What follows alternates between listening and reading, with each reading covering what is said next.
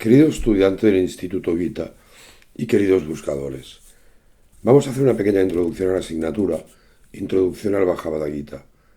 Recordad que esta presentación es solo un resumen. El contenido completo de esta asignatura la podéis descargar desde nuestro eCampus. ¿Cómo se estructura esta asignatura? Se divide en 9 partes, 9 apartados. Hay un pequeño prólogo, luego se presentará la versión del Gita según Gandhi y el Gita Manankandam de Swami Vidyaprakashananda. Son las dos versiones con que trabajaremos. La segunda, el Gita Manankandam, sobre todo en la formación avanzada. A continuación haremos una pequeña introducción al Gita para situarnos. Luego haremos un resumen de los principales protagonistas. También haremos una introducción al Sanatana Dharma, al hinduismo. A continuación analizaremos un poco el contexto histórico del Gita en palabras de Swami Sivananda. El penúltimo punto se centrará en hacer una introducción al Mahabharata según Swami Vivekananda y para finalizar hay un pequeño contexto histórico sobre la India. Esta asignatura forma parte del curso sobre el Bhagavad Gita, del curso avanzado sobre Karma Yoga y del máster. Y sobre todo, recordar los objetivos, que es lograr el autoconocimiento. El mensaje del Gita es muy profundo. No te desanimes si en la primera lectura de un capítulo no entiendes un verso o un concepto. Quizás los sabios comentarios de Gandhi, Mahadev Desai o de Swami Sivananda te ayudarán a entenderlo, o quizás no. Y necesitarás volverlos a leer más adelante. Seguramente cuando leas otros versos te ayudarán entonces a entenderlo. Sea cual sea tu camino, seguramente necesitarás toda una vida para entender y asimilar su profunda sabiduría. Si estás estudiando los cursos avanzados, la versión del Gita Manankandam, con comentarios de Ramakrishna o Vivekananda, descubrirás aún mucho más la inagotable sabiduría del Gita. Por todo ello, hemos preparado esta asignatura introductoria. Imprímela, estúdiala con cariño, anota lo que tengas que anotar, medita sobre todo ello, investiga y si tienes alguna duda, pregúntale a tu profesor. 3 breves reflexiones iniciales. Una, quizás es para mí el verso más trascendental y el que más me ha impactado siempre del Gita, y está en el capítulo 4, el verso 7 y 8. Os lo leo. Cuando la bondad desfallece, cuando la maldad aumenta, cuando se olvida el propósito de la vida, yo me convierto en cuerpo. Retorno en todas las épocas y lugares para pronunciar lo sagrado, para destruir el pecado del pecador, para restablecer lo justo, el Dharma. Eso nos ayuda a entender mucho en el escenario del Gita, ¿no? Estamos en una guerra civil entre dos clanes, una guerra destructiva que nadie va a poder ganar. Y por ello, el señor Vishnu se encarna en Krishna para que a través de Arjuna restablezca el Dharma. Esto es importantísimo tenerlo claro y saber por qué Vishnu está ahí. En el siglo XIX, Sri Ramakrishna Paramahansa explicó esto en otras palabras, diciendo que para restablecer el orden el Señor aparece como Krishna, luego aparece como Buda o aparece como Cristo. Otra reflexión que os quería comentar antes de seguir, es la siguiente. Swami Vivekananda conoció a Ramakrishna y le preguntó: Maestro, ¿ha visto a Dios? Y la respuesta de Ramakrishna fue: sí, veo a Dios como te veo a ti aquí, solo que de manera mucho más intensa. Se puede conocer a Dios, se puede verlo y hablar con Él, como te estoy viendo y hablando contigo, pero ¿a quién le importa? La gente derrama torrentes de lágrimas por esposas, hijos, riquezas o prosperidad. Pero ¿quién derrama lágrimas por Dios? Dios se manifiesta con toda seguridad a aquel que llore por Él. Y esto hay que marcarlo en la flexibilidad del Gita. El Gita yo creo que es un libro realmente universal. Creo que abarca cualquier creencia religiosa o espiritualidad. Y de hecho, desde el principio del Riga Veda, que decía que la verdad es solo una, y los sabios la llaman de diferente manera, hasta que realmente Sri Ramakrishna lo vuelve a consolidar, como iremos viendo, con su famosa frase, tantos caminos, tantas religiones. En definitiva, creo que nos quería decir que la religión es realización, la realización de él. Si no, no tiene mucho sentido una religión, si no es capaz de permitirnos autoconocernos a través de llegar a la realidad absoluta. Ya lo iremos viendo. Y una breve reflexión final sobre Einstein, que también siempre me ha impactado mucho. Y decía, cuando leo el Gita y reflexiono sobre cómo Dios creó este universo, todo lo demás me parece superfluo. Vamos a hacer una pequeña introducción en el siguiente apartado al hinduismo. Vamos a conocer muy por encima el hinduismo, el Sanatana Dharma, la religión eterna. Primero deciros que el término hinduismo está mal utilizado porque eso es un término occidental. En realidad deberíamos hablar del Sanatana Dharma. Haremos una breve introducción a sus conceptos claves, que es Brahman, Atman, Karma, Yagna o sacrificio, la visión del universo de los hinduistas, el sistema de castas, etc. Una observación, en yajna o sacrificio no implica el sacrificio de personas o de animales, no es el esfuerzo por conseguir algo, por dedicar a algo, ¿no? Para muchos hinduistas la realidad absoluta, el supremo, el imperecedero es Brahman. En el hinduismo Om simboliza la realidad absoluta o Brahman y el universo entero. Y os leo el verso 23 del capítulo 17. Om Tat Sat ha sido declarado como el triple nombre de Brahman, y por ese nombre fueron creados los antiguos brahmanes, los Vedas y los sacrificios. Fijaros que todos los que hacemos yoga, cuando iniciamos una clase, estamos diciendo el Om. Quizás la mejor definición de hinduismo la dio Swami Vivekananda, y decía, el hinduismo se basa en el tesoro acumulado formado por leyes espirituales descubiertas por distintas personas en distintos tiempos. Este apartado será básico para poder sumergirnos posteriormente en la sabiduría del Gita. Como os hemos comentado, trabajaremos básicamente con dos versiones del Bhagavad Gita. Una será el Gita según Gandhi, con comentarios, además le hemos incluido los comentarios de Swami Sivananda, y hay que comentar que esta versión la escribió Gandhi cuando estaba en la cárcel, la escribió en Gujarati, fue traducida al inglés por Mahadev Desai, además le incluyó muchísimos comentarios, y a partir de esta versión yo la traduje al español. Evidentemente el texto del Gita está en sánscrito, ¿no? Pero, ¿por qué me decidí por esta versión? Porque seguramente es una de las versiones más asequibles del Gita. Y os leo literalmente las palabras de Gandhi. Mi primer conocimiento del Gita fue en 1888-89, con la traducción en versos que hizo Siret Winarbol titulada La canción celestial. Quise leerla en Gujarati, pero al leer varias obras creí que era necesario hacer esta versión con comentarios. Está destinada a las mujeres, a los servidores, shudras y a otros que tengan poca o nula preparación. Además, yo considero que esta versión de Gandhi fue muy importante en la historia de la humanidad. De hecho, marcó el camino, como el propio Gandhi lo reconocía, de la independencia pacífica de India y influyó notablemente en la independencia pacífica de casi todas las colonias africanas y de muchas asiáticas, ¿no? El movimiento de independencia de la India, sin duda alguna, el movimiento ahimsa no violento más importante de la humanidad. La segunda versión que trabajaremos, sobre todo en la formación avanzada, es el Gita Makarandam de Swami Vidyaprakashananda. Es desconocida en Occidente, pero nos la han recomendado mucha gente en India, sobre todo por su alto valor pedagógico.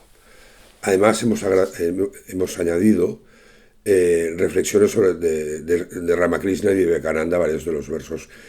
Yo os diría que este verso está en sánscrito transliterado, esta versión, perdón, sánscrito transliterado, traducción al inglés, traducción al español, y aparte casi cada uno de los versos tiene su comentario.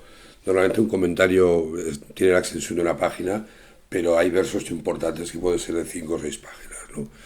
A lo largo de esta versión también se incluyen referencias a Sri Sarada Devi, que era la mujer espiritual de Ramakrishna, o a Ramanuja, Duriyananda, Brahmananda, Ramayan, Adi Shankara o Valmiki, ¿no? Además de que hay referencias a los Vedas, al Rigveda, al Mahabharata, al Katha Upanishad, al Mundaka Upanishad. Y también normalmente suelen incluir unas preguntas, unas FAQ en cada una de los versos. La versión original fue escrita en Telugu, fue traducida al inglés por Sridhar Ramaswamy y se tradució al hindi, al Kannada y también yo la he traducido al español. ¿Qué es el Gita? El Gita se inicia en un escenario de guerra civil entre dos clanes familiares, los Kauravas, que representan las fuerzas del mal, y los Pandavas, el bien, en un diálogo entre Sri Krishna, la encarnación de Vishnu, y Arjuna, el príncipe y guerrero Pandava. El Gita se inicia así: dime, oh Sanjaya, ¿por qué mis hijos y los hijos de Pandú van a la guerra en el campo del deber? Fijaros ya que en el primer verso del Gita nos habla del deber, del Dharma, ¿no? Que va a ser clave para entender el significado. Pero tenemos que tener muy claro que no se trata de una guerra material, para nada, no se trata de una guerra. Hay que interpretarla, sin lugar a dudas, como una guerra en el interior del hombre, en nuestro propio corazón, en cada uno de nosotros. Es la eterna lucha interior de cada hombre con el bien y el mal. En Occidente suele ser un error común entender el Gita como un relato bélico, pero ningún comentarista del Gita desde Sankara ha afirmado nunca que fuese una guerra física. Hay unas palabras de Sivananda que creo que, que nos permitirán entender este significado. El mundo es un gran campo de batalla. El verdadero Kurukshetra, el campo de la guerra donde se desarrolla el Gita, está dentro de ti. La batalla del Mahabharata se libra en tu interior. La ignorancia es Dhritarashtra, el alma individual Arjuna. El morador de tu corazón es el Señor Krishna, el áuriga. El cuerpo es el carro. Los sentidos son los 5 caballos, la mente, el egoísmo, las impresiones, etc. Bueno, a continuación haremos antes de iniciarnos en el Gita, hemos creído oportuno hacer una pequeña introducción a una serie de conceptos, de forma que cuando nos introduzcamos a la lectura del segundo capítulo, de alguna manera todos estos conceptos ya no serán desconocidos, ¿no? Uno de ellos es el de pares opuestos. Debemos entenderlo como blanco, negro, día y noche, placer y dolor. Es como el yin y el yang del taoísmo, ¿no? Son las dualidades. Y debemos ser capaces de liberarnos de estos extremos, de estas dualidades, es decir, ser ecuánimes. Lo que algunos le llaman el yoga de la ecuanimidad, ¿no? Y os leo el verso 45 del capítulo 2. Libérate de los pares opuestos, permanece en la verdad eterna, desprecia ganar o proteger cualquier cosa, sé el dueño de tu alma.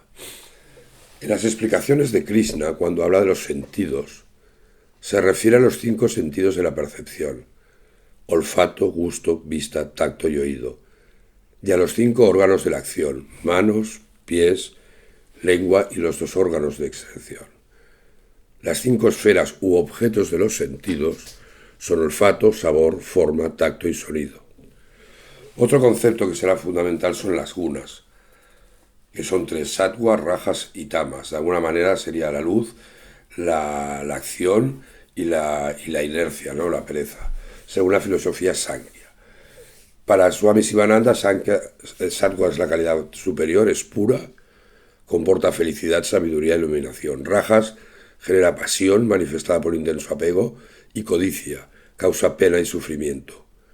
Tamas es la peor de todas, surge debido a la ignorancia y genera oscuridad, aturdimiento y engaño.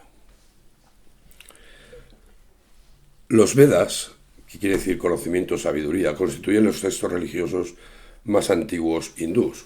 Fueron compuestos entre el 1500 y el 900 a.C. Conforman el pilar de la religión védica. Los más importantes son el Rigveda, el Yajurveda, el Samaveda, el Atharvaveda y los Brahmanas. Los Upanishads más antiguos, compuestos entre el 800 y el final del periodo védico, entre el 500 después de Cristo, conformarían la base del hinduismo y del Vedanta. El Gita es uno de los Upanishads. En ellos se reflexiona, entre otros temas, sobre el absoluto Brahman y el alma, o el Atman, ¿no? y naciendo así la filosofía Vedanta, que es una de las principales escuelas hinduistas. Otra de las características del hinduismo es sin duda su flexibilidad, y es ubicuo en todo el Gita. Por ello, en función de la personalidad que ahora iremos viendo de cada uno de nosotros, nos propone 4 caminos. Luego ya los estudiaremos con detalle, pero básicamente nos propone el Jnana Yoga, el camino del conocimiento, el camino de la alta filosofía, el más difícil y peligroso de todos, el Bhakti Yoga, el camino de la devoción al Señor, el amor, el Karma Yoga, el camino de la acción desinteresada, uno de los grandes aportes del Gita, que es cómo una persona en el mundo normal, con familia, con trabajo y tal, puede llevar una vida espiritual. Y luego nos propone la concentración, el Jnana Yoga, como medio, sobre todo para sintetizar o para reforzar los 3 caminos anteriores, ¿no? Y es importante señalar que todos son válidos, no hay ninguno mejor ni peor que otro, todos llevan al mismo sitio. Y además no son excluyentes entre sí. Durante una fase de la vida de una persona uno puede seguir el Karma Yoga y luego evolucionar al Bhakti Yoga o la combinación que sea, ¿no? Bueno, ¿cómo se estructura el Gita? Bueno, hay muchas opiniones al respecto. Nosotros vamos a seguir la que propuso Swami Vivekananda y que decía que estaba organizado en 3 bloques. El capítulo 1 al 6, Karma Yoga, del capítulo 7 al 12, Bhakti Yoga, y los 6 últimos capítulos, el Jnana Yoga. Swami Sarvapriyananda, que es hoy yo creo una de las personas que más sabe del Vedanta y del Gita en el mundo, considera que el capítulo 1 es introductorio, el capítulo 2 contiene la esencia del Gita, en particular el verso 16, de lo irreal a lo real, como iremos viendo, y del capítulo 3 al 17, básicamente Krishna responde a las dudas de Arjuna y o aclara los temas expuestos. Y el último capítulo, el 18, contendría un resumen del Gita. Yo recomendaría que cuando entréis a analizar cada uno de los capítulos, dediquéis un rato a reflexionar sobre el título de cada uno de los capítulos. Todos van a empezar por el yoga del conocimiento, el yoga de la devoción, de las glorias divinas, pero nos da mucha más información de la que os creéis. Reflexionar sobre el título y sobre todo tener siempre presente la estructura que os presentamos de cada capítulo. Bueno, básicamente los protagonistas del Gita, ya os decíamos que es una guerra civil entre los Kauravas, que son las fuerzas del mal, y los Pandavas, el bien, en un diálogo que se establece entre Krishna, la encarnación del Señor, y Arjuna, el príncipe guerrero Pandava. Insistimos que nunca tenemos que considerar al Gita como una guerra material, sino una guerra en el interior de cada uno de nosotros. ¿Quién es Sri Krishna? Ya lo hemos explicado, que era por qué se encarnaba con el verso anterior, para restablecer el Dharma. Y en definitiva, Krishna es la encarnación de Vishnu, el dios de la bondad, el conservador del universo, y representa la perfección, el verdadero conocimiento y el Dharma personificado. Pensar que Vishnu, Brahma y Shiva conforman la Trimurti, la triada divina. Para Vivekananda, la figura central del Gita era sin duda alguna Krishna. Os cito, leo. Los hindús creen, de acuerdo con las necesidades del mundo, para la preservación del Dharma y la destrucción de la maldad, él se reencarna. Creen no solo en uno o dos, sino en muchos que han venido de vez en cuando de acuerdo con las necesidades del mundo para la perseveración del Dharma y la destrucción de la maldad, que coincide con el verso que explicamos anteriormente. Arjuna es el príncipe de los Pandavas, es primo y amigo de Krishna, es íntegro, leal y sensible y un guerrero excepcional. Es discípulo de Drona, que está en el ejército de los Kauravas. Arjuna debía luchar contra sus parientes, pero ni quería ni podía matarles. Tuvo que buscar la sabiduría de Krishna ante la depresión, podríamos llamar, que experimentó. Y fijaros, os leo el verso 28-29 del primer capítulo, dice Arjuna, dice, oh Krishna, cuando veo a estos parientes aquí reunidos, ansiosos por luchar, mis extremidades desfallecen, mi boca se seca, Un temblor estremece mi cuerpo y mi cabello se eriza. Arjuna de alguna manera representa el alma individual. Bhishma, el terrible, era el comandante supremo de las fuerzas de los Kauravas. Sanjaya lo cita. Nuestras fuerzas comandadas por Bhishma son totalmente insuficientes, mientras que las suyas, mandadas por Bhima, son bastante adecuadas. En el verso número 10. Dhritarashtra es el rey ciego del reino de Kuru. Sus hijos fueron los Kauravas y tiene el honor de iniciar el Gita. Dice, ¿por qué mis hijos, ya hemos citado este verso, por qué mis hijos y los hijos de Pandú van a la guerra en el campo del deber? Dhritarashtra nació ciego. Sus hijos, incluido su hijo, el malvado Duryodhana, llegaron a ser conocidos como los Kauravas. Dhritarashtra representa la ignorancia. ¿Cómo se va a combatir la ignorancia? Con el conocimiento. Y esta es otra de las claves del Gita. Duryodhana, ya os decía, es el hijo mayor de Dhritarashtra y es el príncipe heredero del reino de Kuru. Es quien realmente está buscando la guerra y además sabe que nadie va a ganar esta guerra. Y es sanguinario y cruel, no tiene, es adharma, todo lo contrario del dharma, ¿no? Y es el segundo personaje a entrar en acción, en el capítulo 1.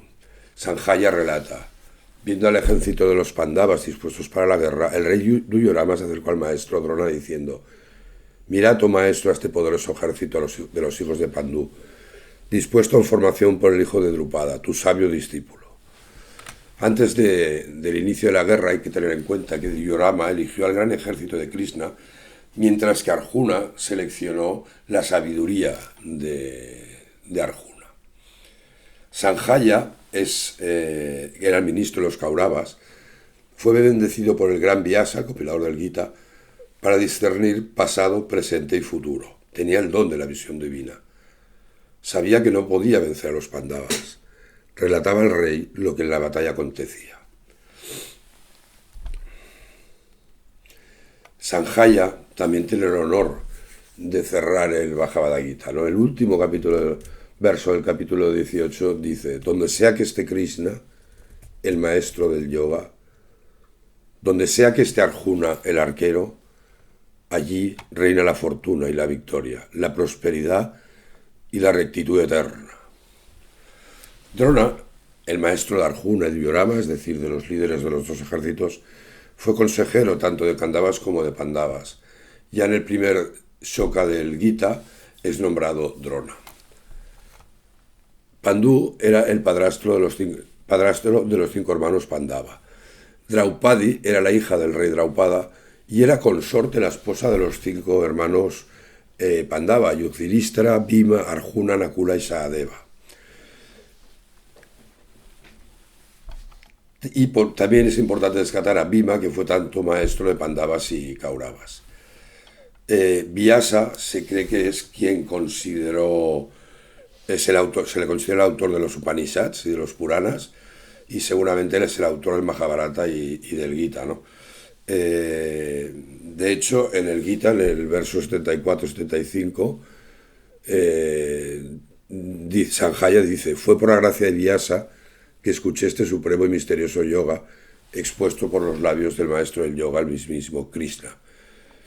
Bueno, más adelante analizaremos la figura de Vyasa. A continuación realizaremos una introducción al hinduismo, al Sanatana Dharma, la religión eterna. Y ya os hemos comentado que el término hinduismo es una expresión occidental y deberíamos hablar de Sanatana Dharma, ¿no? Y el Dharma ahí ya vemos la importancia que tiene. En realidad no es una religión, es un conjunto de religiones y filosofías, tradiciones de sabiduría que están evolucionando continuamente. No hay una figura fundadora como Cristo o Buda, ni un profeta único. Todo es una constante evolución, ¿no? Para Swami Vivekananda, yo creo, Swami Vivekananda hizo quizás una de las mejores definiciones del Gita, ¿no? Decía, el hinduismo se basa en el tesoro acumulado formado por leyes espirituales descubiertas por distintas personas en distintos tiempos. Y quizás esta dificultad en que no podamos encontrar una definición correcta es que, por ejemplo, no tiene una autoridad doctrinal central. No existe la figura del Papa ni de Roma en el catolicismo, pero sí que tiene suames y maestros. Y así nos lo explica Krishna, ¿no? En el capítulo cuarto, verso 34, dirán, los maestros del conocimiento que han visto la verdad te impartirán este conocimiento. Apréndelo a través del humilde tributo y servicio, así como preguntado repetidamente. Se estima que más o menos 950 millones de personas practican el hinduismo y es hoy en día la tercera religión del mundo, por detrás del cristianismo y del islam y por delante del budismo.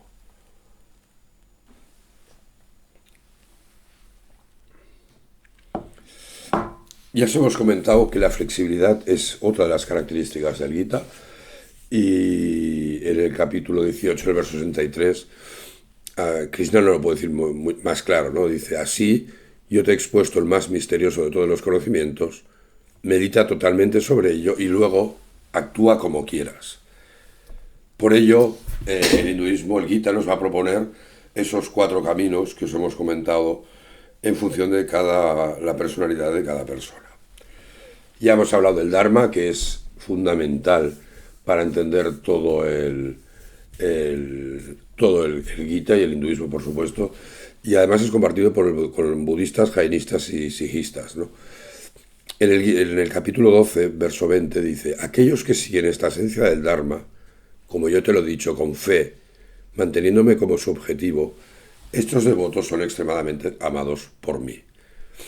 Es la ley inmutable de la naturaleza, expandida en todo el universo, con movimientos cíclicos. El hombre, nosotros, tú, él, como formamos parte de este universo, estamos sometidos, por tanto, al Dharma.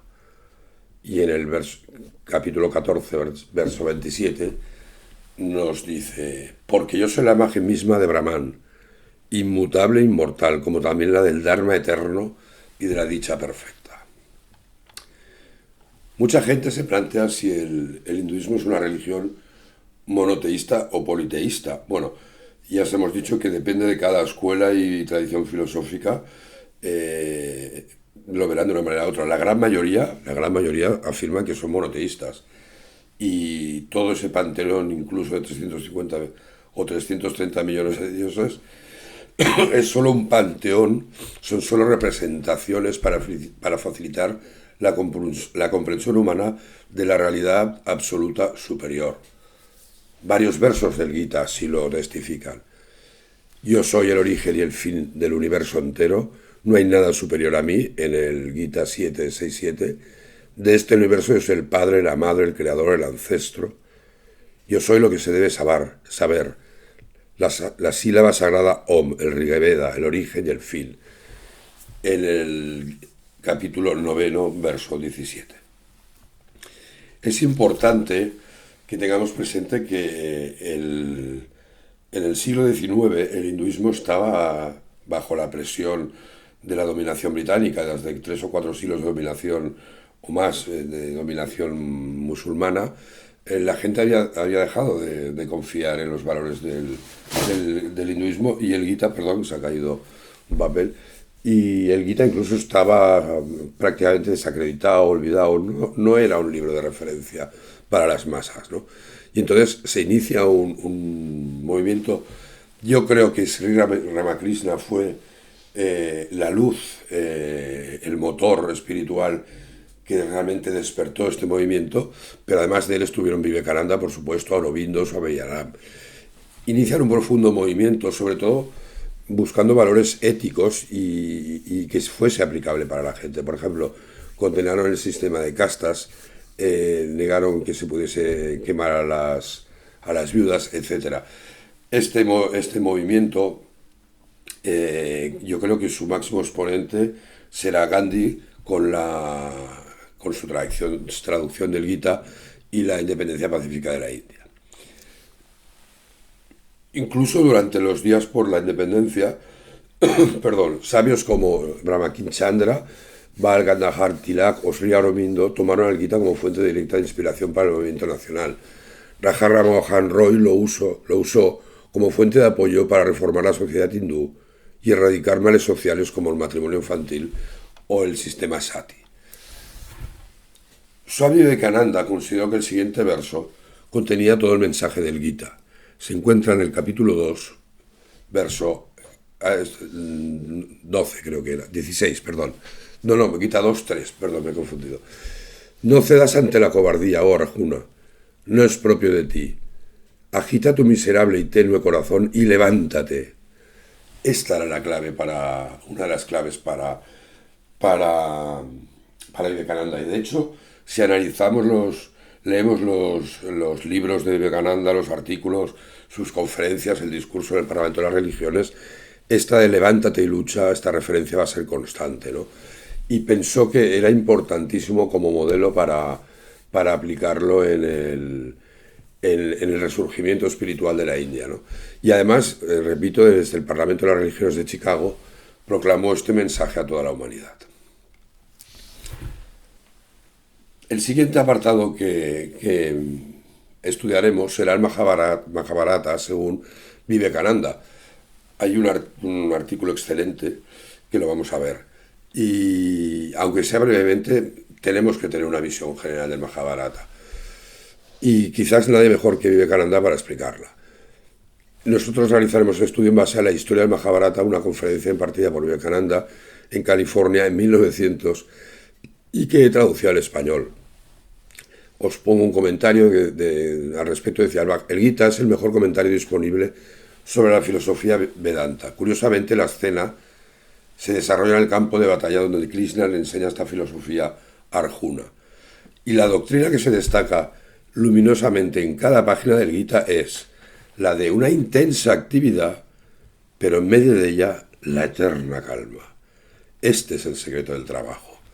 Esta reflexión del Gita es maravillosa y la va a ir repitiendo constantemente en sus conferencias. El Mahabharata, la gran epopeya de la dinastía Bharata, es uno de los grandes poemas épicos en sánscrito de la antigua India. El otro es el Ramayana. Maha significa grande y Bharata, los descendientes de Bharata. ¿De quién es la India?